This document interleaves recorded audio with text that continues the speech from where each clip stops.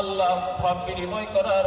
আল্লাহ তোমার পবিত্র কালামুল্লাহ শরীফ, তোমার কালামুল্লাহ শরীফের আয়াতে শান্তাস সামিউল আলিম, ওই সমস্ত নেক আমালের সওয়াবগুলোকে হাকিমিন।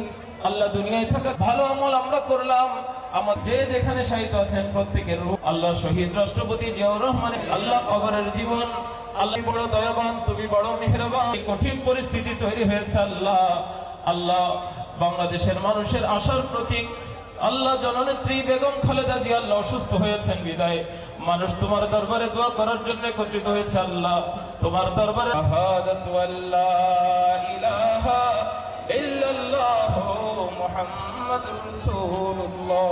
জান্নাতের টিকিট বিক্রি করার নামে ইনশাআল্লাহ আল্লাহ বাংলাদেশের সবাইকে কৃতজ্ঞতা জানিয়ে